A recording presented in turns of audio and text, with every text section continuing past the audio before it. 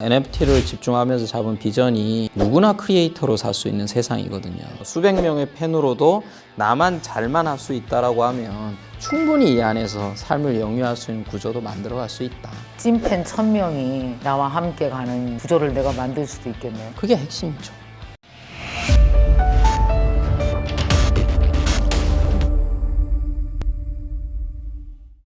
제가 지난 2개월 동안 만나고 싶은 분들 이 레벨업 리스트를 다 작성을 해놨었거든요.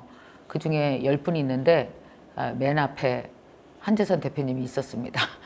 진짜예요. 감사합니다. 진짜예요. 그래갖고 너무 만나고 싶었는데 연락도 잘 됐고요. 또 이렇게 기꺼이 나와주신다 그래서 너무 좋습니다. 여러분 너무나 잘 아실 겁니다. 모르시는 분은 아마 이쪽 인더스트리에 관심이 없어서 모르시지, 관심 있는 사람이라면 다들 누구나 다 그라운드 X의 한재선 대표님이 되게 보고 싶으셨을 텐데 오늘 여기 오셨습니다. 반갑습니다. 대표님. 네, 초대해 주셔서 감사합니다. 네. 드디어 만나 뵙네요. 대표님도 여기 나오고 싶으셨었죠? 예, 그렇죠. 저도 많이 봤습니다. 뭐 그래요? 정지훈 박사님이나 뭐 몇 번 봤어요. 그러셨군요. 정지훈 박사님도 알고 계세요? 잘 알고 있습니다. 그렇군요. 자, 우선 그러면은 그라운드 X 어떤 회사인지 조금 설명해 주세요. 네. 그라운드 X는 2018년도에 만들어진 회사고 네. 카카오의 블록체인 자회사라고 보시면 되겠습니다. 그래서 저희가 처음에는 클레이튼이라는 퍼블릭 네. 블록체인 개발해서 런칭해서 지금 운영 중에 있고 네. 최근 들어서는 이제 NFT에 좀 포커스를 맞춰가지고 NFT 사업을 열심히 하고 있어요. 그러면은 아까 말씀하시길 블록체인 기업이라고 하셨고 네. 지금 NFT에 가장 관심을 갖고 지금 사업을 하고 계시잖아요. 네네. 블록체인과 NFT는 어떤 관계라고 봐야 돼요? 저희가 이제 블록체인을 만들어 놓고 보니까 이제 어떤 생각이 들었냐면 이 위에 무슨 응용 서비스를 올리지? 이게 이제 굉장히 중요한 건데 이제 여러 가지 그 후보들이 있었어요. 뭐 최근 들어서는 뭐 디파이나 또는 P2E나 NFT 뭐 이런 것들이 있었는데 작년에 저희는 NFT를 재작년부터 했었거든요. 그래서 네, 네, 2020년도부터 쭉 테스트를 해오면서 네. 작년에 이제 시장이 열리는 걸 보니까 NFT라는 게 어떻게 보면 블록체인의 킬러 애플리케이션이 될 수 있겠구나라고 생각하고 NFT에 그냥 다 한번 올인을 해보자 이렇게 결정을 내린 거죠. 그 이유 되게 궁금해요. 왜 블록체인 기반의 응용 서비스 중에서 왜 NFT가 가장 킬러 컨텐츠, 결국 유저를 설득하기 좋거나 뭐 이렇다는 얘기잖아요. 그거 좀 설명해 주세요.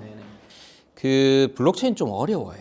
뭐 아시겠지만 저 어려워요. 책 몇 권 읽었는데 아주 어려워요. 블록체인이라는 기술 자체도 어렵고 그 기술 위에서 만들어진 서비스도 어려워. 그래서 저희가 18년도에 만들면서부터 저희 모토가 대중화였어요. 블록체인의 대중화를 만들어 나가겠다. 그거를 계속 시도를 해왔는데 번번이 많이들 실패를 했죠. 왜냐하면은 뭐 지갑을 깔아야 돼, 뭐 개인 키를 알아야 돼, 뭐 이런 여러 가지 어려운 것들 때문에 많이 실패를 하다가 이제 NFT 쪽은 저희가 봤을 때 그 물론 밑에 블록체인이라는 기술이 있지만 NFT를 안에 담는 컨텐츠가 더 핵심이거든요. 예를 들자면 여기에 그림이 담기면 NFT는 뭔지 잘 몰라도 내가 실물 그림도 있는데 당연히 디지털에서도 그림을 가질 수 있겠네? 라고 이해가 되는 거예요. 겉으로 보면 쉬워 보여요. 네, 안으로 겉으로 들어가면 어떨지 모르는데. 그렇죠. 요까지라도 이해를 할 수 있는 게 설득시키기가 쉬운 것 같아요. 그래서 일반인 분들한테는 오히려 이런 기술을 뒤로 내비두더라도 그래 내가 디지털 아이템이라는 걸 게임에서도 사봤는데 그걸 NFT로 한다는 거구나 라고 이해가 되는 거죠. 그러니까 이해하기 쉬워요. 디파이나 P2E 같은 건 정말 이해하기 어렵거든요. 근데 NFT만 해도 이해하기 쉽고. 자, 그렇다면 여기서 잠깐 블록체인 기술에 조금 어려운 얘기일 수 있지만 그래도 궁금하니까 블록체인 기술의 로드맵은 어떻게 돼요? 1차 이제 NFT로 약간 대중화해서 블록체인 응용 서비스 좀 맛보다가 이렇게 블록체인 기술이 앞으로 우리 사회를 경제 생태계를 바꿀 어떤 로드맵이 있나요? 어때요? 조금 어렵게 말씀을 드릴게요. 네, 예. 블록체인 기술을 두 레이어로 나눠봐야 되는데 맨 밑에 있는 건 인프라 기술이에요. 그게 지금 퍼블릭 블록체인이라고 하는 저희 뭐 클레이튼도 있고 이더리움도 있고 솔라나도 있고 하는 요 레이어고 이쪽도 앞으로 발전을 더 해야 돼요. 특히나 이런 그 플랫폼 기술이 서로 엮이는 지금 상호 운영성. 상호 그러니까는 운영성. 내가 NFT를 클레이튼에 발행했는데 이게 이더리움 쪽에서도 동작을 해. 그렇지. 뭐 이런 것들을 이제 더 만들어 가야 되는 숙제가 있고요. 또 하나는 지갑 같은 네. 서비스 있잖아요. 네. 이게 좀 어려워요, 아직은. 예. 그래서 이런 지갑 같은 것들을 되게 유저 경험이 되게 좋게 만들고 보안을 강화하고 하는 이런 밑에 인프라에 해당되는 기술에 대한 발전이 조금 더 되어야 되는 부분. 적어도 막 카카오페이 쓰는 거 정도로 쉬워졌으면 좋겠어요. 그러면은 거의 대중화가 되는 거죠. 그렇죠? 그래서 이 부분이 있고 그 위에 응용 서비스에 대한 기술이 발전해야 되는 게 있어요. 지금 말씀하신 것처럼 뭐 NFT라든가 P2E 그리고 DeFi 요즘 또 DAO 얘기 많이 하잖아요. 네. 이런 부분들이 이쪽으로 발전을 할 건데 제가 예상하기로는 일단 NFT가 쉬워요. 그래서 NFT가 네. 꼭 이쪽 인더스트리에 있지 않은 분들이라도 다 접근을 하실 거예요. 기업들이나 다른 쪽도 진입하기가 쉬운 포인트이기 때문에 NFT가 대중화를 이끌기에는 제일 최적화된 모델이다. 근데 이제 NFT를 하다 보면 자연스럽게 DAO 얘기가 나오거든요. 나오죠. 네. 그래서 이제 DAO라는 새로운 형태의 조직을 NFT 기반으로 실험해 보는 것들이 많이들 등장할 거예요. 다오 좀 설명해 주세요. 모르시는 분들을 위해서 제일 쉽게. DAO라고 하는 게 제일 사실 쉽게. 이름도 너무 어려워요. 어려워요. 탈중앙화 자율 조직이라는 건데 예. 저는 이제 뭐 이렇게 얘기를 해요. 뭐냐면은 참여자가 주인이 되는 조직인데 우리가 흔히 알고 있는 조직 구조는 보통 탑다운의 주식회사 구조 같은 거예요. 요거의 반대편에 있는 게 협동조합이에요. 네. 근데 협동조합도 사실 굉장히 깔끔하게 워킹했다라고 보기는 어렵고 주식회사는 지금 많은 문제들을 안고 있어요. 어떤 그 분배에 대한 이슈가 여기서 해결이 잘 안 되잖아요. 그래서 그 중간적인 형태가 저는 DAO라고 보고 있는데 즉 그 참여자들이 일종의 주인이 되면서 공정하게 분배를 가져갈 수 있는 구조 그러면서 이 안에서 돌아가야 되는 원칙이라든가 룰을 사람한테 안 맡기고 프로그램에 맡기는 거예요. 프로그램에 맡기면서 그게 컨트랙트라는 형태로 구현이 되면은 블록체인의 코드가 구현이 되면 이건 뒤로 못 돌아갑니다. 이뮤터블, 즉 불변성을 가지는 게 블록체인이기 때문에 사실 사람들끼리 분쟁이 나더라도 필요 없어요. 왜냐하면 여기 박힌 대로 돌아갈 수밖에 없거든요. 그래서 어떻게 보면 사람들 간의 분쟁이라는 이런 요소를 프로그램의 일종의 맡기는 구조라고 저는 보고 있어요. 그럼 과거 권력이나 관행이 잘 작동을 안 하겠네요. 그 동네에서는. 작동 안 하죠. 그래서 젊은 사람들이 좋아하구나. 공정이 이보다 더 공정할 수 없는 거거든요. 거꾸로 못 돌아가니까. 못 돌아가니까. 자, 그러면 이 다오라는 어떤 철학적 개념이 우리 사회에 많은 것들에 적용되면 될수록 많은 것들을 바꾸겠네요. 그렇죠. 예. 전체 삶의 문화 이런 걸 많이 바꾸고. 어마어마하게 바꾸죠. 사실 이야. 어떻게 보면은 저도 이제 블록체인에 들어온 게 딱 그 목적 때문에 들어온 거예요. 조직 구조에 대한 새로운 혁신? 그러니까는 주식회사나 이런 구조들이 만들어내는 문제들이 많거든요. 뭐 저도 이전에는 투자업을 했기 때문에 뭐 이런 주식회사 그리고 지분 구조에서 나오는 문제점들을 많이 인식을 했었고 이런 것들을 새로운 형태의 조직이 나와줘야 되는데 근데 약간 그 조직이 나오면 다오가 적합하다. 근데 약간 그 세대로 봐갖고는 저쪽 세대 같은데 이쪽 저는 세대 저쪽 세대예요. 저쪽 세대긴 한데. 한데 생각은 이게 매력적이었단 말씀이시죠. 이 블록체인 그렇죠. 기술의 철학이. 네네. 어떻게 보면은 저도 이전에 그 퓨처플레이라는 회사에서 테크 기반 투자를 하고 있었는데 기술이라는 게 어떻게 보면은 좀 세상을 좀 더 공정하고 투명하고 이런 세상을 만들어 가야 되는데 좀 대규모의 회사들이 더 많이 가지는 구조의 그런 기술 공헌이 더 많았던 거예요. 근데 블록체인이라는 부분은 정말 참여자들이 주인이 되고 그들이 공헌한 만큼 수익을 같이 쉐어해갈 수 있는 구조로 만들어줄 수 있다. 뭐 그런 것들이 맞아떨어져 가지고 블록체인을 하게 된 거죠. 사실 NFT만 간단하게 얘기하고 이해하면 참 좋겠지만 그 근간이 되는 블록체인을 이해하지 못하면 NFT의 나쁜 점만 응용하는 사람들도 꽤 있거든요. 저는 그래서 이 기본을 이해하고 들어가는 게 왜 이렇게 그 NFT는 운영이 되지? 내가 개인으로서 갖는 권리가 어떻게 작동하지? 네네. 뭐 이런 것들에 대해서 저는 이해하고 특히 이 NFT 판을 짜려고 하는 사람이 블록체인에 대한 기본을 이해하지 않고 판을 짜면 네네. 그야말로 다시 권력을 쥔 이상한 그렇죠. 이상한 형태의 NFT를 만들어 그런 멤버십을 만들어내기도 하거든요. 네네. 그래서 되게 꼭 한번 여쭤보고 싶었어요. 아, 되게 초기인 거죠 블록체인은 완전. 아유, 완전 촉입니다. 그한 100, 1에서 100이다 그럼 어디쯤 와 있어요 우리 블록체인? 뭐 한 20이나 30좀 와 있을까? 블록체인도 초기고요. 그리고 저는 이제 정말 당부드리고 싶은 게 NFT가 초기예요. 그렇죠. NFT 초기예요. 지금 막 화랑이 돼가지고 이게 마치 그 성숙한 시장처럼 착각들을 하시는데 저는 완전 초기다. 그러니까 우리가 2017년도, 18년도 ICO들 많이 나왔었죠. 네, 네. 그거랑 지금 이 상황이 똑같아요. 제가 보기로는. 그때 ICO 상황 좀 잠깐 설명해 주세요. 그때 그때 어땠어요? ICO들이 대부분 이제 프로젝트들이 네. 우리가 이런 그 미래를 꿈꾸면서 이런 투더문 프로젝트에 대한 네. 제안을 하면서 백서를 많이 쓰고 이러니까 우리한테 펀딩을 해달라고 하고 그때도- 토큰들을 다 발행하셨죠. 그때도 다 백서 썼어, 그죠? 그때 백서를 쓰고 토큰을 발행을 하고 거기에 이제 투자를 하면 뭐 한 달 있으면 이게 10배가 된다, 100배가 된다 이런 거에 막 몰려드셨죠. 예, 예, 예. 근데 뭐 지금 어떻게 돼 있어요? 대부분은 다 사라졌어요. 물론 그 중에 살아남은 것들이 지금 굉장히 성과를 내고 계시는데 이게 이제 팩트일 수밖에 없거든요. 이런 많이들 나오면 결국 이 중에는 정리가 되고 몇 개만 살아남는 구조로 갈 수밖에 없어요. 그리고 이 과정에서 항상 윈터라는 게 오고요.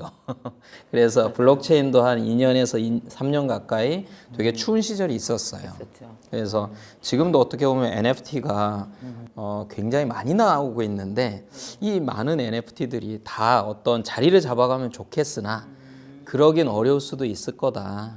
그래서 되게 좀 판단도 잘해야 되고 그리고 NFT 프로젝트 하신다는 분들도 좀 더 롱텀으로 봐주셨으면 좋겠다. 숏텀으로 뭐 3개월 안에 우리가 뭐 해서 완벽한 뭐를 내겠다 이런 게 아니고 2년, 3년을 계속 바라보면서 네. 3년 후에 어떤 그림이 돼 있을까를 향해서 계속 가는 그런 프로젝트들이 좀 많았으면 좋겠다. 네. 그러면 이제 보시기에 한국에서 하고 있는 NFT 프로젝트 중에서 이렇게 잘 가고 있다 하는 것도 눈에 띄시나요?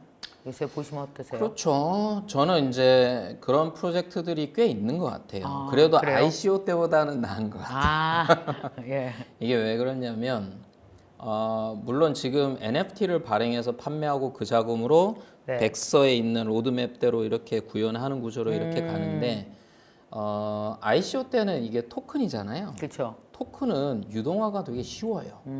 그게 뭐냐면 유동화라는 것은 현금으로 네. 바꾸는 거. 아하. 거래소에 상장만 시키면 거래 볼륨이 있기 때문에 그냥 유동화가 돼. 근데 NFT는 잘 생각해 보시면 10,000개를 발행하면 10,000개가 다 달라요. 그래서 내가 예를 들자면 이거를 10만 원에 샀는데 15만 원에 팔 수 있는 확률이 그렇게 높지가 않아. 아하. 왜냐하면 다 다른 NFT이기 때문에 네. 그리고 개수도 10,000개로 한정이 돼 있고 저쪽에 토큰을 발행하면 뭐 100억 개, 10억 개잖아요. 네, 그렇죠. 그래서 이거를 현금화하는 게 되게 빠르지가 않아요. 회전이. 그래서 이걸 유동화라 그러는데 유동화가 빠르지 않기 때문에 어떻게 보면 NFT를 구매하시는 이런 홀더분들도 거래소에서 토큰을 거래하시는 분들보다는 호흡이 조금 길 수밖에 없어. 그래서 오랫동안 들고 있어야 되고 이 오랫동안 들고 있는 거가 가치가 올라야 되기 때문에 네. 아무래도 여기보다는 던지고 그냥 빠지는 구조가 되게 어렵거든요. 열심히 같이 해야 돼. 커뮤니티를. 그러다 보니까 제가 보기에는 토큰보다는 NFT 쪽이 그래도 앞으로의 발전 가능성이나 제대로 커뮤니티를 만들어서 성과를 내기가 더 좋지 않을까라고 예상을 해보고 있어요. 근데 왜 이렇게 오르는 거예요? 긴 호흡인데 막 빠른 시간 내에 몇 개월 만에 막 30배, 40배 그러는 거는 왜 그래요? 긴 호흡인데 그건 뭐 투자하시는 분들이 들어오니까 그렇겠죠. 투자하는 사람들이. 예, 이게 항상 뭐 저도 한 이쪽 동네에서 한 4년, 5년 있었는데 항상 생기는 문제의 괴리가 있어요. 뭐냐면은 원래 토큰 이코노미라는 거는 철학적으로 되게 좋아요. 참여자들이 공정하게 분배받는 구조기 때문에 네. 그래서 이게 워킹하려면 이론적으로 어떻게 해야 되냐면 서비스에 참여하는 사람들이 거기에 맞게 토큰을 홀딩하고 그리고 필요할 때 이 토큰을 현금화하고 하는 식으로 돌아가야 돼요. 네.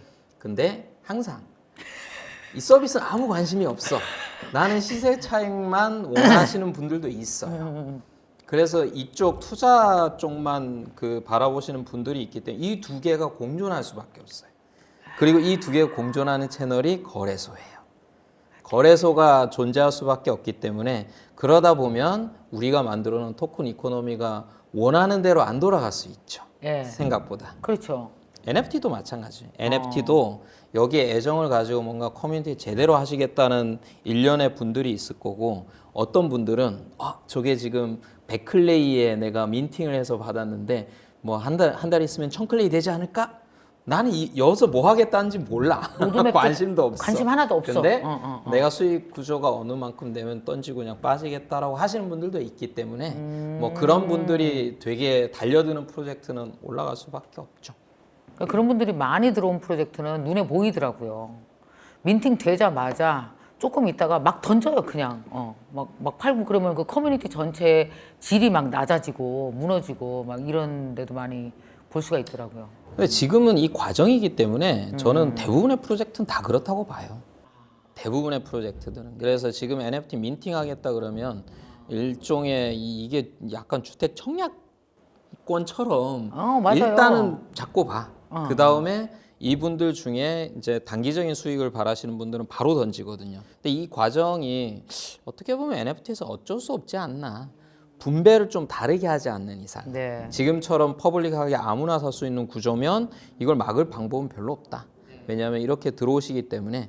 그래서 아닌 분들은 던지고 나가시고 정말 남아있는 분들이 또 제대로 커뮤니티를 만들고 이렇게 가면 그 처음에는 이제 하이프가 한번 있다가 꺼지고 다시 이제 정상적인 패스를 가는 구조가 되지 않을까. 뭐 그렇게 예상을 해요.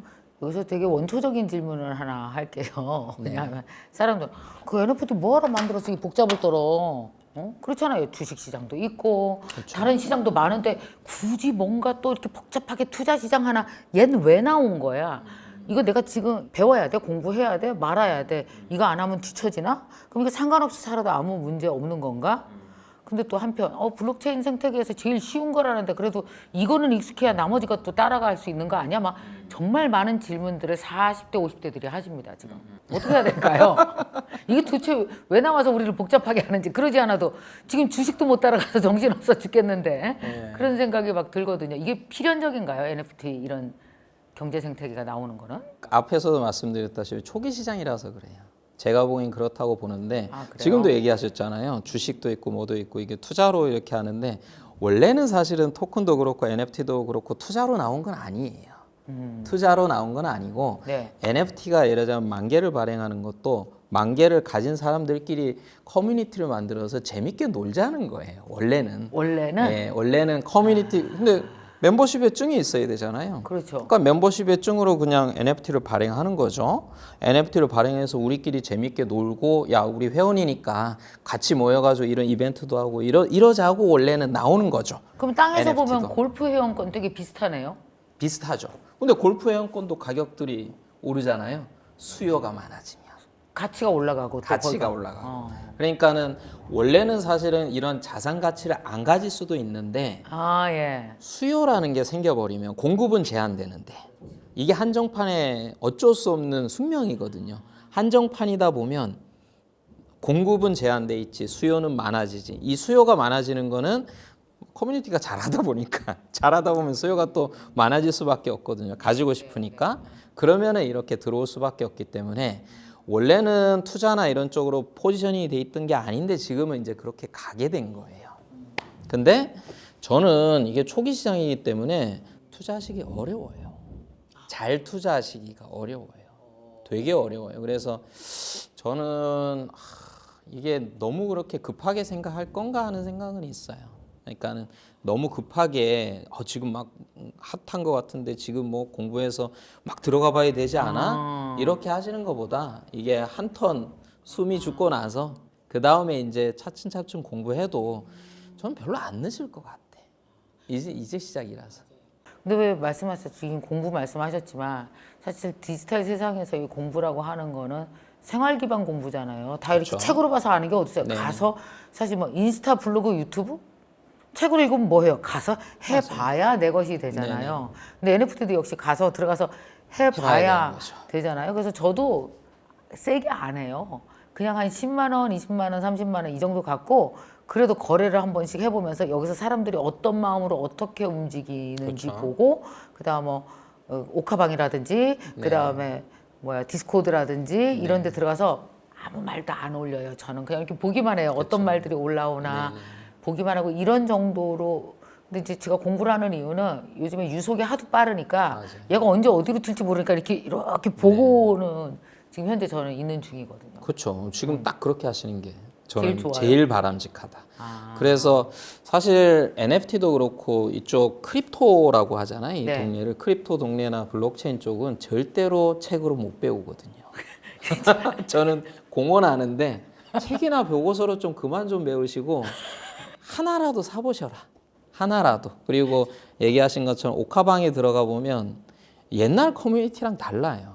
제가 보기 옛날 커뮤니티보다 훨씬 더 액티비즘, 그러니까 활동주의라는 게 엄청나게 강해요. 이 안에서 막 싸워 서로 간에 거버넌스 가지고. 네, 맞아요. 그리고 나의 권리를 주장하시거든요. 그렇죠. 그래서 그런 것들을 경험해봐야 아 예전에 내가 알던 그런 PC 통신의 커뮤니티라든가 뭐 이런 커뮤니티가 아니구나. 새로운 형태의 커뮤니티 이런 조직 구조가 어떻게 나오는지 이해도 하시고 그리고 NFT를 사는 마음이 어떤 마음일지 사놓고 나면 또 가격이 플럭츄에이션 하는 게 보이거든요. 요동치는 게. 그러면은 보면서 이런 마음이구나 하는 것도 이해를 하게 되기 때문에 네. 저는 뭐 어마어마하게 돈을 안 들여도 할 수 있잖아요. 그럼요. 네. 제가 한번 공부한다 생각하고 그런 것들을 계속 팔로우하면서 트렌드를 캐치하는 거는 꼭 필요하시다. 네. 저는 또 어떤 의미에서 들어가서 공부를 하고 있냐면요. 다오적 철학 있잖아요. 이거 거기 가서 안 해보면 그게 뭔지 몰라요. 맞아요.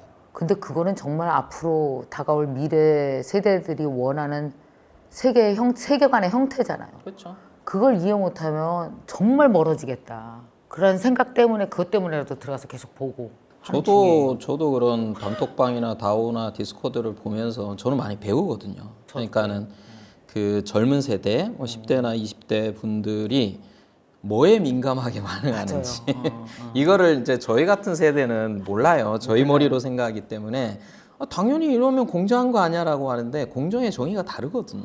그거를 이렇게 안 부딪혀 보면 알 수가 없거든요. 맞아요.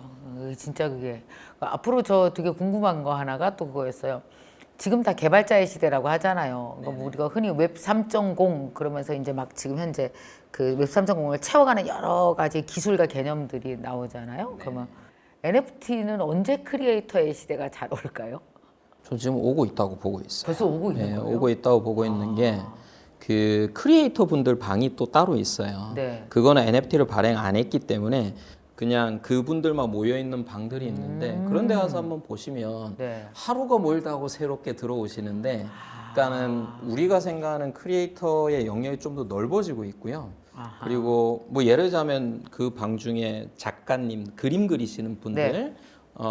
작가님들 방 같은 경우도 원래 그림을 포기하셨던 분들.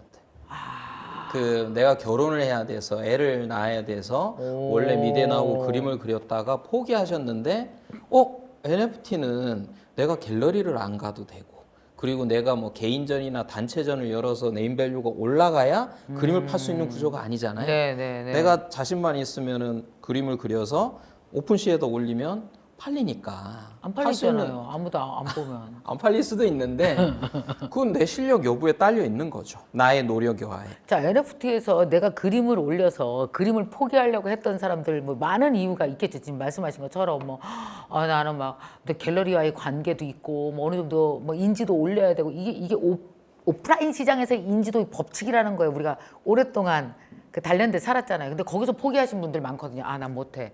근데 이제 디지털 씬에서는 이제 가능하다 그래서 일로 들어가려고 해. 그러면 진짜 그림 말고 필요한 게 또 뭐예요? 크리에이터 분들이 보통 가지고 있는 자기의 역량 말고 사실은 이제는 시대가 바뀌어서 작가분하고 컬렉터분하고의 소셜라이징이 되게 중요해지는 시대거든요. 소셜라이징. 그렇죠. 그러니까 이걸 뭐 어떻게 보면 마케팅이라고 볼 수도 있고 또는 근데 이제는 아트의 형태도 인터랙티비티가 되게 중요해지고 있는 시대로 가고 있기 때문에 그래서 그러한 스킬들 내가 이것도 커뮤니티죠. 작가 커뮤니티. 작가 스스로 어떻게 컬렉터들하고 소통하고 하는 나만의 커뮤니티. 그렇죠. 그러한 스킬들. 소프트 스킬이죠.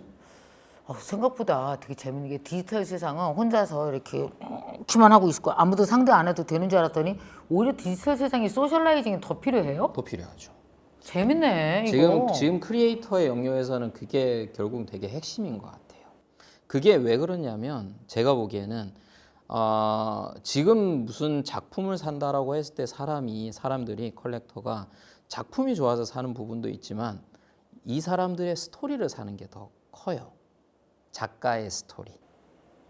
작가의 내러티브라고 하는 그 내러티브 안에는 결국 이 컬렉터와의 이런 소통이라든가 이런 것들도 있어요. 뭐 신비주의처럼 뒤로 숨어 있다고 그냥 다 알아듣는 게 아니기 때문에 그래서 그런 부분들을 잘 만들어 가면 그러면은 뭐 내가 이제 정말 미술 시장에서 굉장히 유명한 이런 쪽은 아니더라도 충분히 이 안에서 삶을 영위할 수 있는 구조도 만들어 갈 수 있다라고 하는 누가 거죠. 얘기한 것처럼 찐팬 1000명이 나와 함께 가는 구조를 내가 만들 수도 있겠네요. 그게 핵심이죠. 이게 재밌는 것이 사람들이 블록체인 그러면은 뚝뚝뚝뚝뚝뚝 옛날처럼 이렇게 단체가 아니잖아요. 네네. 그러니까 중앙화된 게 아니라 탈중앙화되면 개인이 더 멋지게 살아낼 수 있을 거라고 생각했는데 그게 고립되면 안 되는 거네. 그렇죠. 연결이 돼야 되는 거네. 블록체인 세상에서 어떻게 소셜라이징을 잘해야 될까? 요거 책 내면 되게 잘 팔리겠다. 그거는 그 제가 할까요? 대표님이 정말 잘하시는 영역. 우와, 우리가 흔히 블록체인 하면 개인이라고 생각하는데 네. 오히려 개인이기 때문에 잘못되면 고립될 수 있어서 더 연결돼야지 먹고 살 수 있는 구조가 아이러니컬하게도 블록체인이네. 그렇죠. 재밌네요. 네. 그래서 개인도 이제 브랜드가 필요한 시대죠. 갈수록 개인의 더. 브랜딩. 그런 것들이 지금 말씀하시는 소셜라이징과 이런 거 다 통해서 만들어지는 거니까. 옛날이 더 편하지 않아요? 그냥 한꺼번에 막 2만 명 삼성 들어가고 다 같이 일해서 막 쫙 먹고 살고 이게 더 편할 것 같아. 그러니까 그게 이제 저희 세대의 그거 더 마인드. 편할 것 같아. 저희 세대 그냥 혼자 너무 힘들어. 위에서 시켜주세요. 제가 그 일은 잘할 수 그러니까. 있으니까라고 하는데 요새 세대는 안 그런 것 같은 거예요. 요새 세대는 자기가 하고 싶은 일을 하는 세대인 거지. 난 죽어도 그냥 회사가 시키는 일 해가면서 살긴 싫어. 뭐 이런 세대들이 지금 세대가 아닐까. 그러면은 그분들은 그런 걸 하기에는 지금이 딱 맞는 거죠. 그러니까 젊은 세대가 위에서 시키는 일이 아니고 내가 하고 싶은 걸 하면서 살고 싶어라는 걸 선택했다면 그 선택에 따른 또 다른 자신만의 노력이 또 필요하네요. 노력이 필요하죠. 소셜라이징. 그냥 되지는 않죠. 그러게 세상 다 공짜가 없네. 그렇죠. 참 그 시간에 맞는 노력이 다 각자 세대별로 필요하네요. 근데 옛날보다는 나은 게 어차피 옛날에는 내가 1000명의 팬이 있다고 내가 작가의 꿈을 꾸겠어요. 못 꾸지 옛날에는. 왜냐면은 그렇게 해서 수익을 얻을 수 있는 구조가 없잖아요. 없죠. 옛날에는 꼭 중간 뭐가 있어야 그들이 발탁해주고 끌어줘야 되지. 예, 중간에 저것도 있어야 돼요. 예를 들면 유튜브로 수익을 얻으려면 뭐 10만 이상의 구독자를 잡아야 광고라는 간접 수익을 얻는 거예요. 근데 NFT는 간접 수익이 아니라 내 작품을 직접 할 수 있는 직접 수익 방식을 만들어줬고 시장도 국내도 아닌 거예요. 유통 시장이 글로벌로 풀린 거예요. 그러니까 어떻게 보면 1000명의 팬, 뭐 수백 명의 팬으로도 나만 잘만 할 수 있다라고 하면 한번 시도해 볼 만한 거죠. 예전에 비해서. 그 NFT 작가 누구예요? 집시? 집시 봐봐 어마어마해. 거기 집시는 외국 팬이 더 많아요. 그래. 대단해. 저희 그런 작가님도 많아요. 집시 작가님도 그렇고 레이레이 작가님도 그렇고 원래 되게 어렵게 이런 활동을 하시던 분들이 NFT를 통해서 굉장히 이 영역을 넓히신 거예요. NFT 씬에서 한국인이 경쟁력 있을까요? 영어 못 하는데 어때요? 정말 많다고 봐요. 제발 오픈씨 영어로 좀 안 해고 정말 NFT 거래소 좀 어떻게 한국말로 원활한 거 하나 안 나올까요? 많이 나올 겁니다. 많이 나오고 저희도 이제 일종의 클립 드롭스가 네, 클립 그런 드롭스 마켓플레이스인데 그거 이제 글로벌하게 갈 거거든요. 글로벌하게 가면 한글도 있고 영어도 있고 뭐 이런 구조로 될 건데 아하. 저는 국내 작가나 그 커뮤니티가 해외로 가는데 되게 결정적인 장점들이 많아요. 어떤 거요? 저희가 드롭스 하면서도 많이 느낀 건데 일단 국내 창작자분들이 그 해외 먹힐 수 있는 그런 특징들이 있어요. 지금도 K컬처가 잘 먹히잖아요. 잘 먹히죠. 그게 크리에이티비티가 굉장히 높아요. 우리가. 창의성이 어마어마하게 좋은데 근면해. 근면하고 최고의 창의성은 근면과 끈기야. 제 그렇죠. 보기에. 근면하고 그리고 이분들이 저기 뭐야 그 노력이나 이런 부분들을 어마어마하게 하고 성공에 대한 그것도 되게 높아요. 갈망도. 그래서 이런 것들이 버무려졌을 때 해외에다 먹힐만 하다. 그리고 커뮤니티, 우리 한국의 커뮤니티들은 제가 보기에 훨씬 더 활동적이에요. 그리고 오. 굉장히 빠르게 몰려들어요. 아, 역시 그 특성이 우리는 있어요. 디지털 경쟁력이 있어, 한국은. 그죠? 그리고 품앗이 문화가 있어요. 제가 보기에 품앗이 문화가 품앗이 문화. 이게 한국 커뮤니티의 특징이에요. 그래서 NFT 커뮤니티도 저희가 보면 서로 도와줘요. 그리고 서로 콜라보하고 이런 것들이 되게 자연스럽게 벌어지거든요. 그래서 이런 부분들이 해외에다가 잘만 소개가 되면 작가도 그렇고 커뮤니티도 나갈 수 있다. 다만 이제 여기에서 랭귀지 베리어. 커뮤니티가 해외에서 영어 베이스로 어떻게 커뮤니티를 만들어 갈 것이냐. 이 랭귀지 베리어가 이제 남아 있어요. 맞아요. 이 부분은 저도 아직은 잘 모르겠어요. 이걸 어떻게 해결해야 될까? 한국적인 정서와 이런 스킬을 들고 나갈 수는 있는데 이제 해외 예를 들자면 웨스턴 서양 사람들이 이런 사람들이 들어왔을 때 문화적으로 틀릴 거거든요. 그걸 어떻게 이 안에서 잘 조율하고 커뮤니티를 메이킹 할 것이냐. 이런 부분들이 숙제죠. 그렇죠.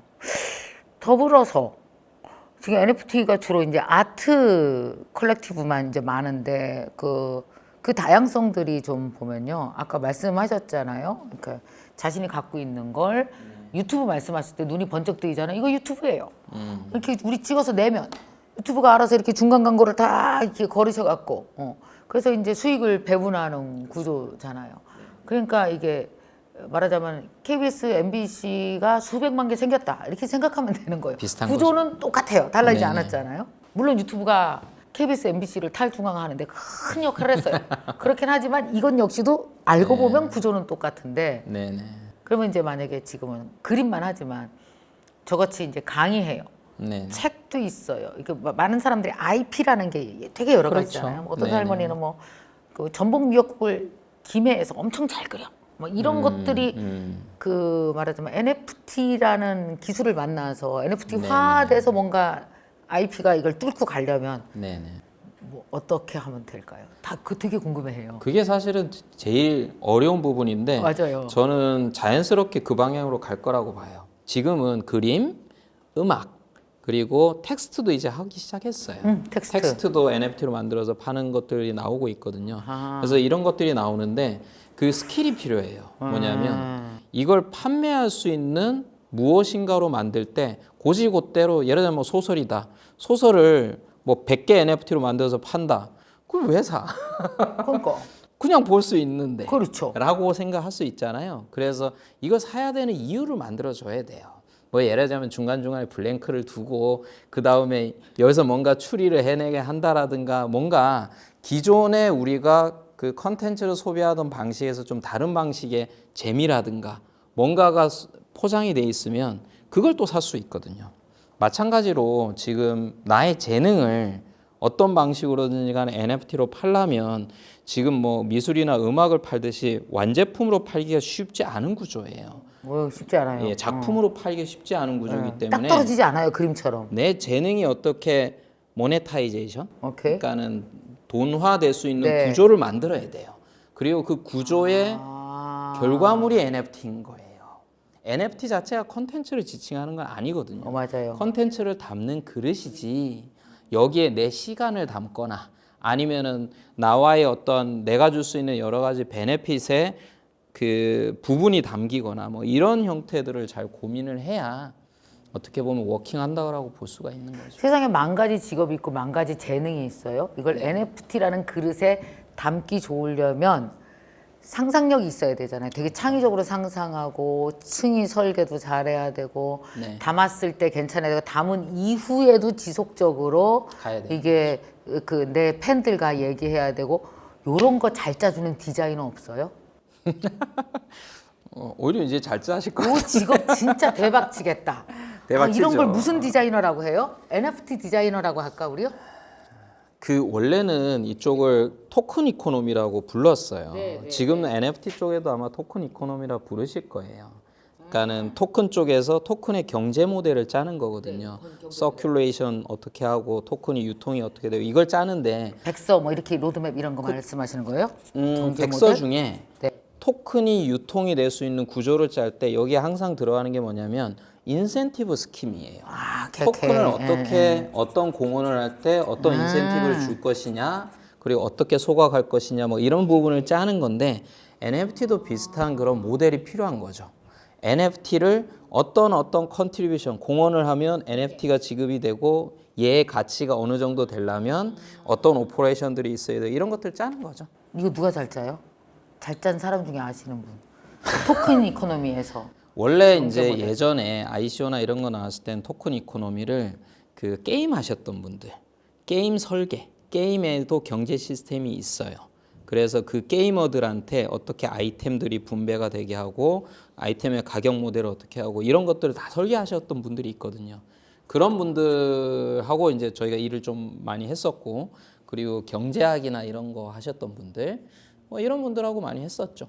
근데 NFT 쪽은 조금 다를 것 같긴 해요. 이쪽은 약간 화폐 유통과 거의 비슷한 구조인데 여기는 화폐라기보다는 일종의 안에 컨텐츠나 재능이 담기는 구조라서 인센티브 스킴을 설계를 잘 하시는 분들이 더 잘 맞다고 볼 수가 있어요. 인센티브 이거 잘한 사람 중에 아시는 분 혹시 계세요? 소개 좀 해주세요. 너무 만나고 싶은 분이에요. 왜냐하면 네. 이게 되게 중요하거든요. 그래야 NFT를 전체 이해하면서 내 IP가 NFT화하는 방법을 본인이 상상해 볼 수 있어요. 이런 여러 가지 케이스 스터디를 해야. 네, 네. 제가 되게 궁금한 부분인데 네. 이거 한 번도 제가 게스트분에게 여쭤본 적 없는데 네. 대표님이라면 얘기해 줄 수 있을 것 같은데 나중에 소개해 주고 가세요. 꼭. 이거 재밌는 거. 오늘 인터뷰 너무 좋은데요. 공부하시는 것 같은데. 저 완전 지금 공부하는 거예요. 뭐 이렇게. 와 재밌다 이거. 오케이. 예, 좋아요. 저 그러면은 지금 토큰 이코노미가 지금 왜 빗썸이나 업비트나 뭐 이런 데 들어가면은 뭐 이더리움서부터 이제 쫙 토큰들 어마어마하게 많이 있잖아요. 가상화폐, 크립토 쪽은 기존의 화폐와 싸우고 있기도 하잖아요. 서로 대치 상태에서 뭐 그런 게 계속 발표되기도 하고 뭐 막는다, 규제한다. 이건 앞으로 어떻게 될까요? 그 부분은 되게 어려운 질문이긴 한데 일단 가상화폐라고 하는 부분도 두 개로 나눠 보셔야 돼요. 뭐냐면 지금은 우리나라에서는 가상자산이라고 불러요. 이제는 화폐라고 안 하고 가상자산이라고 부르는 부분이 둘로 나뉘는데 하나는 변동성이 있는 부분, 가격의 변동성이 있는 부분과 가격의 변동성이 없는 스테이블 코인이라고 하는 쪽이 있어요. 스테이블 코인은 내가 1원이면은 1원인 거예요. 1토큰 이퀄 1원인 게 변하지 않는 스테이블 코인 쪽이 지금 말씀하신 화폐, 기존의 국가 화폐랑 어떻게 보면 경쟁적일 수도 있고 상호 보완적일 수도 있는 충돌이 나는 부분일 수 있어요. 근데 이 가치가 변동하는 부분은 사실은 여기 화폐 경제 시스템이 조금 달라요. 이쪽은 자산으로서 보는 게 이제는 맞지 않는가라고 하는 게 이제 시장에서 내려진 어느 정도의 합의된 결론인 것 같아요. 왜냐하면은 가치가 변동하기 때문에 내가 이 가치가 변동하는 걸 화폐로 쓰기가 좀 불편해. 예를 들면 뭐 스타벅스 커피를 하나 사는데 내가 오늘은 한 개로 됐었는데 내일은 두 개가 필요해. 막 이러면 내가 이거 사 먹을 때 지금 사는 게 맞나? 이걸 쓰는 게 맞나? 이 고민이 들거든요. 그래서 사실은 이쪽은 어떻게 보면 자산으로서의 가치를 가지는 이 자산의 목적은 그 서비스나 플랫폼이 오히려 주식하고 비슷해지죠. 자산으로서 하면은 이 플랫폼이나 서비스에 사용되는 게 얼마나 이 자산이 활발히 사용이 되느냐, 사용이 될 거다. 그러면은 수요가 늘어나는 거고, 수요가 늘어나면은 가격이 오르는 거고, 그게 별로 안 사용이 되면은 가격이 떨어지는 거고. 이게 이제 사실은 토큰 이코노미의 원래 본질이긴 하거든요. 그거로 봐야 되는 거죠. 그럼 둘로 나눠서 봐야 되네. 스테이블 코인이랑 그렇죠. 그냥 그리고 변동성 있는 가상자산, 토큰이나 코인이라고 보통 얘기하는 부분으로 나눠서 보는 게 저는 더 정확하다고 봐요. 앞으로 그러면 이 토큰 이코노미가 우리 경제에 아니면 우리 일반인들에게 되게 지금 이렇게 많은 사람들이 그냥 투자 용도로만 쓰지 이걸 갖고 뭐 거래를 하고 뭘 사고 이러는 구조는 아니잖아요. 그렇죠. 이것과 NFT와 메타버스와 되게 밀접한 관계가 있는 거예요? 가상화폐가? 그럴 수 있죠. 결국은 우리가 이제 가상의 세계에서 살게 되는 구조로 지금 가고 있잖아요. 뭐 메타버스. 근데 뭐 꼭 메타버스까지 얘기 안 하더라도 뭐 게임이나 이런 것들도 거의 우리가 가상 공간에서 삶을 살고 있는 건데 사실 대부분의 게임도 안 해보면 인게임 머니라고 있어요. 다. 네, 있었어요. 인게임 머니라고 네, 다 네, 있어요. 그래서 거도 코인이라고 부르는 경우가 많아요. 1코인 있고 1원이라고 이렇게 매핑을 시켜놓은 그대로. 그래서 이런 거가 유통이 되고 있는 지금도 그런데 이제 여기에서의 한계는 뭐냐면은 요 안에서만 유통이 되는 거예요. 그걸 밖으로 들고 밖으로 나와서 이렇게 빠지진 않아요.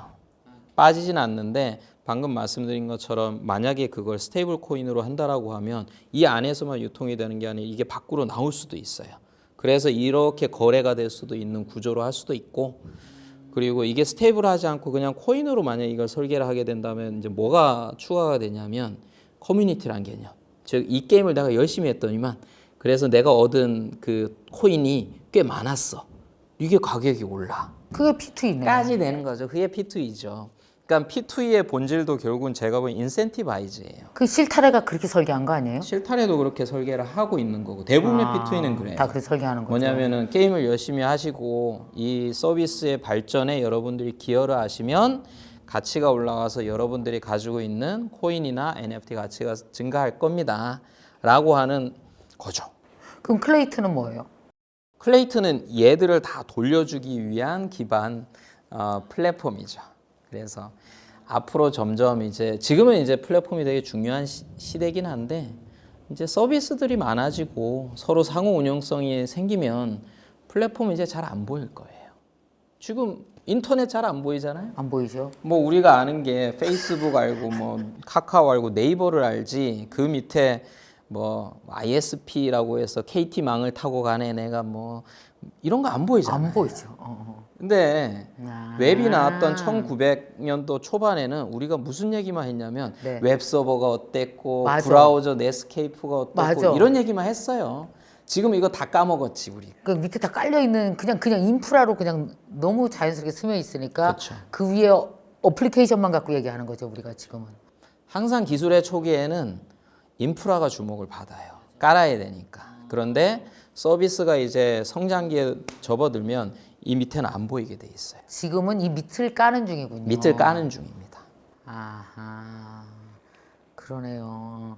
그럼 지금 그 많은 그 뭐야 NFT 그 프로젝트들이 클레이 기반으로 많이 하고 있어요. 그죠? 많이 하고 있습니다. 엄청 많던데요. 제가 이번에 만난 그 1위 대표 메타콩즈 실타래 그렇죠? 그것도 클레이튼 네네. 기반이고 네. 메타캣 거기도 클레이튼 기반. 그렇죠. 이제 한국에서는 거의 NFT 프로젝트 하시면 대부분은 클레이튼 기반으로 오세요. 왜 이게 이더리움으로 안 하고 클레이튼으로 하는 거예요? 여러 가지가 있죠. 일단 가스비. 가스비가 너무 비싸. 가스비 너무 비싸. 가스비가 너무 비싸고. 이더리움보다 더 비쌀 것 같아. 뭐 잘못하면. 네, 그 부분도 있고 저는 이제 그렇게 보는데 이게 결국 홀더가 중요해요. 클레이 홀더, 이더리움 홀더 그리고 폴리곤이라는 것도 있잖아요. 폴리곤 홀더, 솔라나 홀더 이런 것들이 있는데 이게 이제 지역별로 좀 다른 것 같아요. 한국은 클레이 홀더가 굉장히 많아진 거예요. 지금 굉장히 많아지다 보니까 뭐 이제 내가 이더리움이나 폴리곤으로 발행했을 때 잘 안 팔릴 수도 있는 거죠. 홀더가 충분하지 않으면. 물론 그걸 글로벌하게 내면 되는데 글로벌하게는 글로벌 프로젝트들하고 경쟁을 해야 되거든요. 이것도 쉽지 않거든. 그래서 어떻게 보면 선택지로 클레이튼이 이제는 한국에서는 좀 주요한 플랫폼으로 자리 잡지 않았나. 그러네요. 몇 년 됐죠? 클레이튼도 꽤 됐죠. 지금 이제 3년째 운영이 되고 있는 거죠. 아, 이것도 춘추전국 시대 하다가 왜 나중에 다 뭐 카카오 네이버만 남듯이 이것도 막 전쟁 벌어지다가 결국 플랫폼 전쟁이잖아요. 누가 더 많은 그렇죠. 사용자를 확보해서 그것이 표준이 되게 만드느냐 이게 되게 중요한 거잖아요. 그렇죠. 네. 그러니까 이제 있던 크립토 쪽에서는 그러면은 클레이튼이 그 자리를 지켜가고 그러면 많은 프로젝트들이 클레이 기반으로 많이 하면 할수록 더 많은 시장으로 번져가겠네요.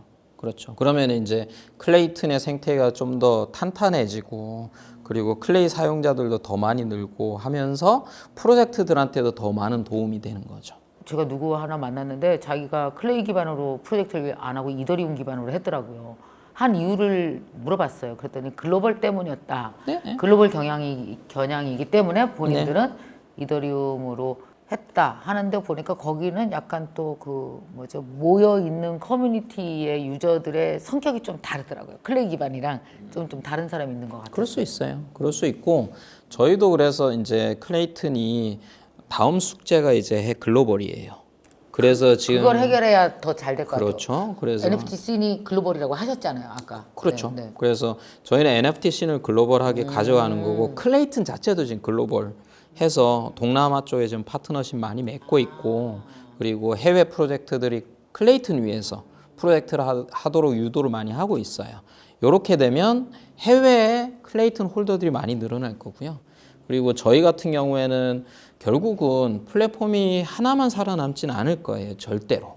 그래서 이더리움도 살아남고 뭐 예를 들자면 클레이튼도 살아남고 뭐 솔라나도 이래 살아남으면 중요한 건 이들 사이에 그 서로 터널이 뚫려서 오케이. 예, 내가 어느 플랫폼에서 하든 간에 뭐 상관없어. 뭐 여기서 했다가 내가 이더리움 고객한테 팔아야지 하면 버튼 한번 눌렀더니만 이더리움 고객이 그냥 사갈 수 있어. 이러면 되는 거잖아요.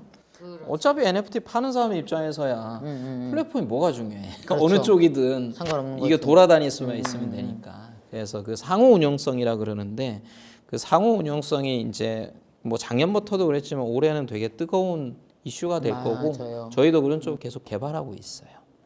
그리고 이제 보니까 그 얼마 전에 뭐 오픈시 문제도 생기고 아직 이 기능적으로 기술적으로 완벽하지가 않으니까 왜 저기 오픈시 들어가면은 뭐 버그는 기본 뭐 그런데 여기 어때요? 지금 플랫폼들이 다 사실 이제 뭐 오픈시나 이런 어떻게 보면 마켓플레이스, NFT 마켓플레이스들도 그 아직은 초기이긴 해요. 그쵸 초기긴 해서 뭐 많이들 불만 있으시죠. 오픈시에 버그도 많고 뭐 해킹 이슈도 있고 뭐 여러 가지가 있어가지고 한동안은 이런 좀 시기를 넘어가야 되지 않을까. 네. 왜냐하면 이 동네는 일단은 서비스를 먼저 내고 보는 동네라서 내고 그 다음에 맞아. 장애가 있으면 그때 극복해 가면서 가는 동네라서 앙금 시간을 못 따라와요. 속도를.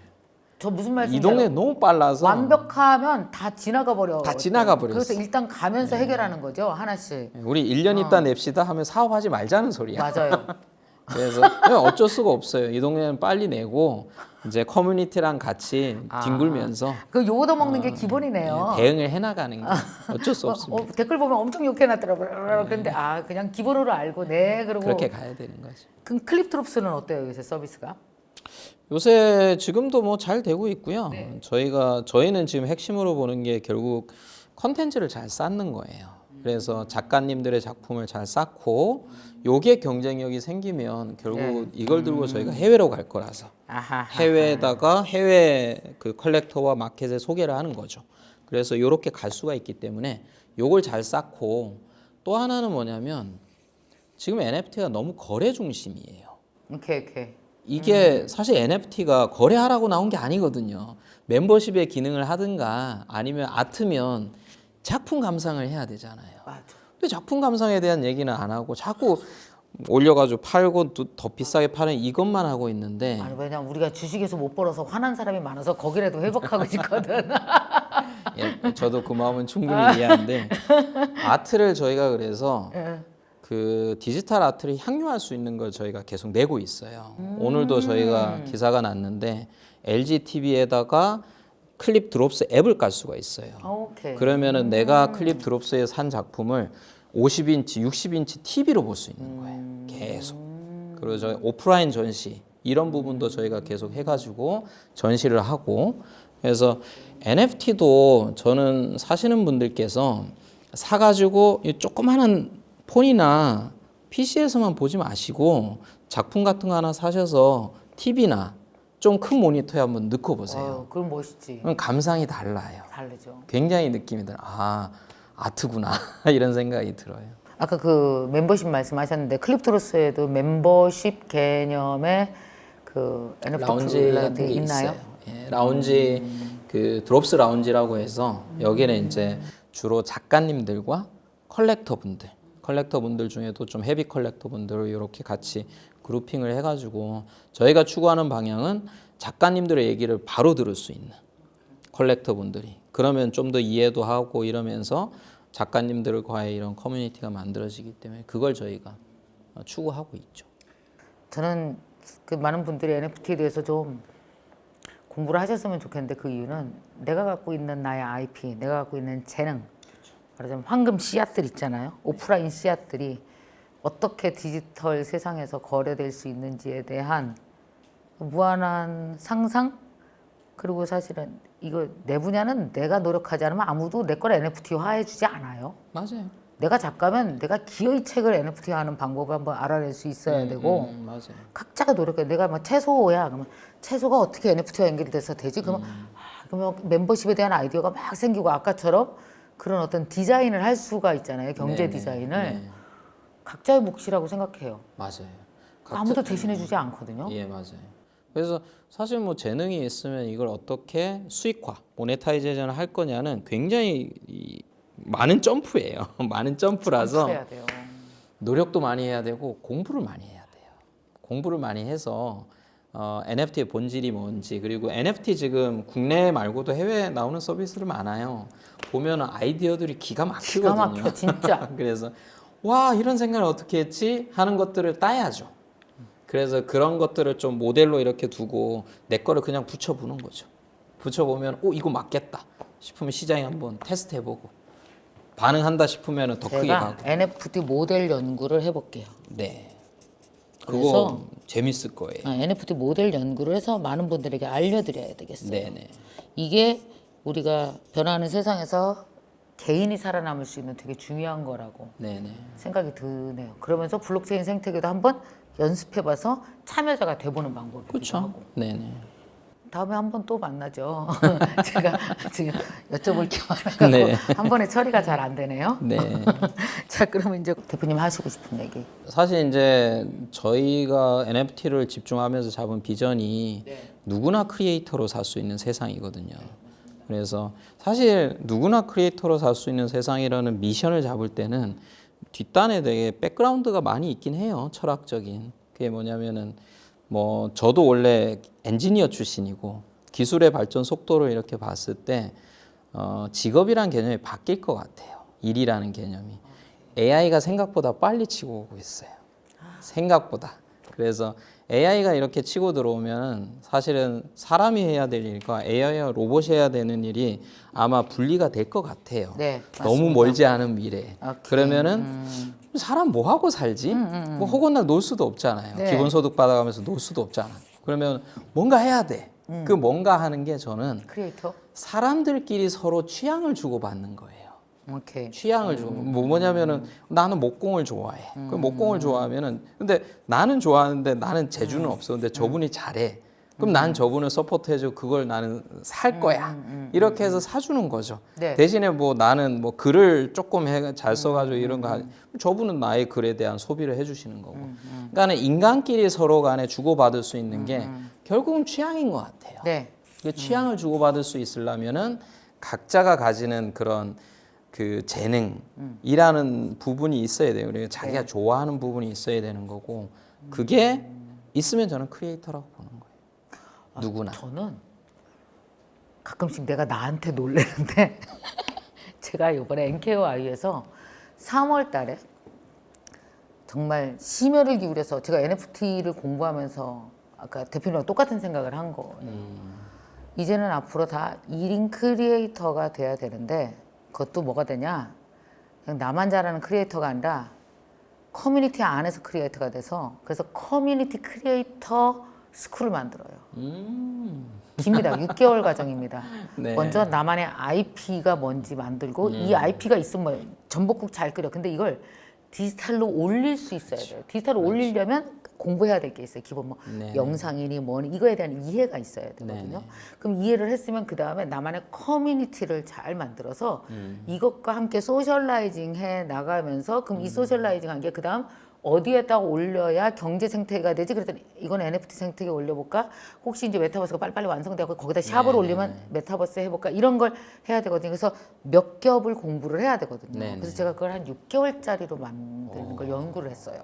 좋네요. 괜찮은 것 같잖아요. 네, 괜찮죠. 이게 꼭 필요하더라고요, 네. 여기에. 이렇게 하면 이제 개인이 본인의 커뮤니티와 다오를 만들 수. 그렇죠. 내가 얘기하는 게 그거예요. 그럼 6개월 딱 하고 그렇지. 다오까지 이제. 그러면 훌륭하죠. 네. 그러면 그때 이제 사표 딱 쓰고 사표 쓰기 프로젝트. 사표 쓰고 나와서 이제 그런 걸 하시는 거지. 특히 저는 이거를 어차피 40대, 50대 은퇴를 앞둔 분들이 반드시 들어야 되는 과정으로 만들고 싶었어요. 꼭 젊은이들이 아니라 네네. 왜 디지털 생태계는 왜 젊은이들만 향유해야 돼요? 어쩌면 IP는 40, 50대가 더 많이 갖지 않았을까요? 오프라인 IP가 있잖아요. 나만의 그렇죠. 것이 있잖아요. 그래서 그걸 꼭 알려드리고 싶었고 그래서 사실 지난 6개월 동안 많은 분들 만나면서 이걸 어떻게 교육과정으로 만들 수 있지 엄청 고민했거든요. 근데 너무 필요하다는 생각이 들어서 거의 이제 다 완성이 됐거든요. 이제. 잘 근데 딱 됐네요. 정리를 해주시니까 제가 생각한 게 맞았네요. 이거 맞았네요. 네. 저는 이제 그렇게 해서 그런 네. 분들 중심의 어떤 소규모 커뮤니티 내지는 다오 회사들이 좀 많아졌으면 좋겠어요. 맞습니다. 이게 뭐 저도 스타트업 투자를 했는데 스타트업이 어마어마하게 많아질 수가 없어요. 왜냐하면은 굉장히 어려운 구조예요. 펀딩을 이 단계별로 받아가면서 그러면 펀딩을 만족시키기 위해서는 회사가 유니콘이 되거나 데카콘이 되는데 이게 길이 얼마나 어려워.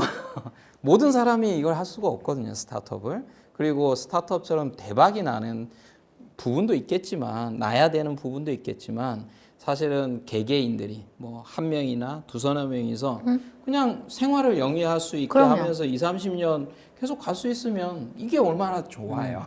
그럼요. 대박은 아니더라도. 그렇죠. 아주 작지만 기가 막히게 우리가 먹고 살 수 있는 구조로 소셜라이징이 된 커뮤니티 안에서 내 경제 생태계를 내가 만들어서 그리고 연결되어진다. 그렇죠. 그런 그러고 행복하고. 그렇죠. 자본금 별로 안 들이고 창업할 수 있는 구조. 그렇죠. 네. 그런 구조들이 좀 더 많아지면 좀 더 건강해지지 않을까? 역시 기술이 우리를 별로 배반하질 않네요. 결국 인간이 더 인간답게 개인으로 자유롭게 살 수 있는 방향으로 기술이 도와주네요. 블록체인이 좀 그런 성향인 거죠. 그래서 제가 블록체인 처음부터 한 줄 듣는 순간 얘 매력 있다. 그리고 제가 그걸 공부를 했거든요. 네. 책도 재밌네요. 기대됩니다. 한번 이 세계에 뛰어들어서 이렇게 한번 해보면 좋겠고 아까 말씀하신 그런 개인들 있잖아요. 자신의 네네. 어떤 사업 아이템을 가지고 NFT화한 개인들이 네. 싹 들어가는 거야. 어디로 들어가냐? 이런 개인들이 클럽 드롭스에 들어가야 되는 거예요. 아, 클립 드롭스에 들어가서 꼭 클립 생태계 드롭스 다 안 많이 해도 들어오셔도 돼요? 다 안 들어오셔도 되고요. 그냥 그분들이 다 존재를 하시면 되는 것 같아요. 네. 네. 네. 그래서 앞으로 이런 식의 어떤 새로운 세계관을 가진 세계가 만들어지는데 대표님은 어떤 기여를 하고 싶으실까요? 마지막으로. 저도 이제 플랫폼도 만들었고 NFT에서 서비스도 만들고 했는데 요새는 이제 다오를 많이 보고 있어요. 네, 네. 원래 들어온 이유기도 하고 블록체인 동네에 그래서 근데 다오가 아마 시행착오를 많이 겪을 거라고 생각해요. 왜냐하면은 다오가 되게 이상적인 구조거든요. 이상적인 구조인데 진짜 어렵더라고요. 어차피 사람들이 모이면 그래. 이상적이 안 돼. 이건 현실적이 될 수밖에 없어요. 진정한 다오가 전 있을까 싶어요. 왜냐면 왜 우리 상가 번영에 10명만 만들어도 반드시 회장 사무총장 꼭 뽑잖아요. 그리고는 난리가 나고 난리가 나고. 난리가 나고. 그러니까 다오 그러면 저는 그냥 난리 나는 것밖에 생각이 잘 안 나서. 그래서 사실은 이상과 현실 사이에 이 중간에서 브릿지하는 게 필요해요. 감사합니다. 이거는 뭐냐면은 이상은 좋은데 사실 이상대로 안 돌아가거든요. 맞아요. 그래서 그거를 현실적으로 조금 다운을 시켜서 이러면 완전히 디센트럴라이즈 안 될 수는 있어요. 그렇죠. 하지만 현실적으로 돌아갈 수 있는 구조 이런 걸 잘 만들어서 이런 실험들이 좀 계속되면 저는 이제 이 사회가 좀 성숙해지지 않을까? 예, 성숙한 구조의 어떤 조직을 만드는 이런 것들이 많아지면 그들이 동력이 될 거다. 세상을 바꾸는. 네. 어떤 그런 판들을 이렇게 깔고 그렇죠. 거기에 사람들을 공급하는 그 역할을 교육하고 하시는 뭐 거네요. 이런. 재밌으시죠? 그렇죠. 이거. 이런 거는 재밌죠. 아 재밌지 않으면 틀에 안 갇혀서 해도 되고. 재밌지 않으면 그렇게 막 그 많은 시간을 일을 하면서 버텨낼 수가 없을 텐데 재밌게 일하시는 것 같아요. 뭐 그 이야기 할 때 보면은 대표님 막 눈 초롱초롱 완전 신나갖고. 그래요. 네. 아, 자 그렇습니다. 자 그러면 여기까지 오늘 말씀 나눌게요. 네네. 일부라고 생각하고 여기 별로 안 멋이죠? 한번 또 오세요. 네. 제가 질문을 또 쌓아놓고 있겠습니다. 네. 좀 더. 자, 여러분 오늘 잘 들으셨습니까? 아마 그 레벨업이라는 프로그램이 갈수록 장안의 화제가 되고 있습니다. 왜냐하면 전 국민이 1학년이다. 어차피 새로 펼쳐지는 세상에는 아무도 아는 사람 별로 없다. NFT 쪽 아는 사람 뭐 1년 정도밖에 안 됐다. 이거 프로젝트 시작한 지 얼마 안 됐으니까요. 그래서 여러분 포기하지 마셨으면 좋겠습니다. 이렇게 어떤 분이 그랬어요. 어려운 책은 한 번 읽지 말고 10번 읽으면 안 들리던 게 들리기 시작하고 들리기 시작하면 이해되기 시작한다 했거든요.